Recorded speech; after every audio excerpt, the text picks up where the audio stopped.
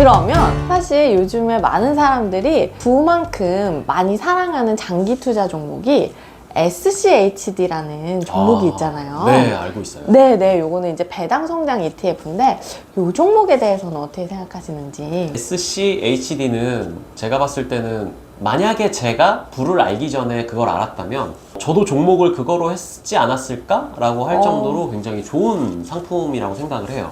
특히 안정적인 주가의 우상향도 있고 거기다가 배당 성장이 사실 정말 어디서도 찾아볼 수 없는 그런 성장률을 보이잖아요. 시간이 지나면 지날수록 현금 흐름 부분에서 엄청난 강점을 보이는 상품이다 보니까 사실 시간이 내 편이 되는 투자는 그렇게 많지는 않거든요. 네, 정말 이렇게 속가내다 보면은 그렇게 많지는 않습니다. 레버리지도 과연 정말 시간이 내 편일까라고 생각이 들 정도로 좀 위험한 상품이잖아요. 그런 거에 비해서 진짜 S&P 500만큼이나 안정적이면서 동시에 이제 현금 흐름까지 같이 가져갈 수 있는 상품이라고 한다면 저는 SCHD가 유일하다고 저도 생각을 해요. 그래서 굉장히 좋은 상품이고 역시나 긴 호흡으로 가져가시면 정말 남부럽지 않은 그런 투자 성과를 낼 종목이지 않을까 이렇게 생각을 하고 있어요. 그러면 이제 새로 시작하시는 분들은 이 종목도 충분히 괜찮은 것 같다. 너무 매력적이라고 생각을 합니다. 네네. 그러면 지금 약간 배당에 대해서 긍정적으로 말씀을 해주셨는데 사실 이제 자산 운용 규모가 어느 정도 크다 보니까 굳이 고배당까지 안 해도 적당한 배당주만 해도 굉장히 의미 있는 월 현금 흐름이 나오실 거란 말이죠. 그렇죠. 만약에 현금 흐름을 목적으로 좀 배당이 조금 더 부보다 높은 거를 한다면 지금보다 훨씬 더 좋은 현금 흐름을 만들 수 있겠죠? 그쵸. 네. 그래서 혹시 배당주에는 좀 관심이 없으신지. 배당주에 대해서도 제가 참 고민을 많이 했었어요. 왜냐하면 말씀하신 것처럼 요즘은 고배당 주는 상품들도 너무 많고 그리고 또 배당을 받아서 다시 재투자를 하면은 그게 이제 추가적인 어떤 부스터 역할을 할 수 있다라고 생각을 하거든요. 그런데 저도 너무 많이 이제 멀리 온 것 같아요. 부를 투자하면서. 부가 가장 마음이 편하고. 네. 사랑에 빠지셨네요. 예, 계속해서 이제 뭐랄까, 애증의 관계가 된 거라고 해야 될지 아니면 이제. 떠날 수 없다, 이런. 예, 정이 들어서인지. 그리고 또 수량이 늘어나는 걸 보면서 느끼는 그 뿌듯함이 있어서인지 여유 자금이랑 투자 자금이 있을 때마다 항상 부를 찾게 되더라고요. 그리고 대신에 이제 그런 배당적인 부분에 있어서는 와이프도 지금 이제 아내도 투자를 하고 있는데 이전에 SPYG를 했었어요. SPYG를 하다가 결혼을 하기로 하고 서로 간에 또 포트폴리오를 얘기를 나눌 때 두 가지가 좀 겹치는 게 많다.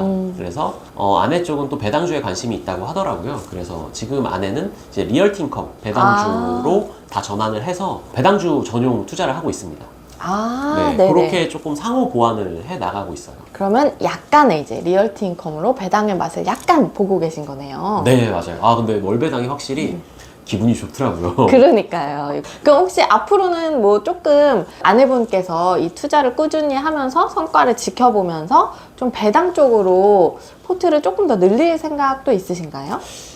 아마 지금 당장은 계획은 없고요. 우선 부를 못해도 한 3,000주까지는 좀 늘리려고 해요. 꾸준히 이제 투자를 하면서 최대한 제가 늘릴 수 있는 수량만큼은 늘려놓고 아마 이제 어느 시점 이후에는 수량을 늘리거나 뭐 제가 투자금을 더 넣는 것보다 스스로 불어나는 게 훨씬 더 많을 때가 올 거라고 생각을 하거든요.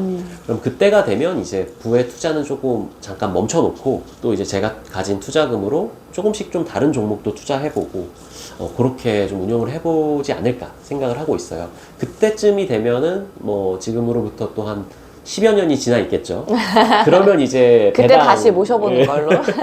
그때는 이제 배당주 투자를 좀 더 적극적으로 할 수 있지 않을까 그렇게 생각을 하고 있습니다. 그러면 또 사실 투자하시는 분들이 가장 또 고민이 되는 분이 또 부님도 마찬가지겠지만 배당금이 또 점점 늘어나고 또 자산 규모도 워낙 크시기 때문에 이 세금 부분이 정말 고민되잖아요. 네, 맞아요. 세금은 진짜 낼 때마다 마음이 아프죠.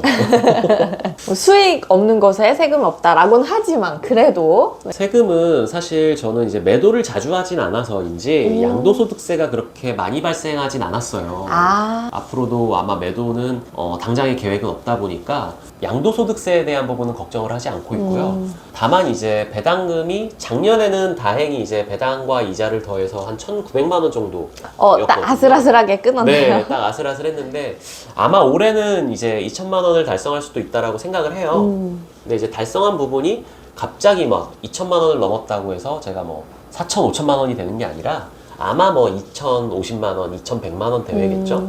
그 정도는 천천히 제가 부담을 하면서 배당금을 더 키워갈 수 있다라고 생각을 하고 있어요. 나중에 정말 뭐 배당금이 세금에 영향을 줄 정도로 내가 지불해야 하는 뭐 건보료라든지 그리고 뭐 기타 종합소득세나 이런 것들에 영향을 줄 정도로 커졌다라고 한다면 그때 가서야 절세에 대한 부분을 좀 고민을 해볼 것 같아요. 사업소득이라든지 이런 것들의 밸런스를 어떻게 잡을 건지, 건강보험료까지 포함한 실제 배당률은 어느 정도인지 이런 것들을 좀 판단을 하면서 아마 거기에 맞는 또 투자 방향을 선택하지 않을까 생각을 하고 있어요. 그래서 지금 당장은 막 세금에 대해서 걱정을 한 적은 아직까지는 없어요.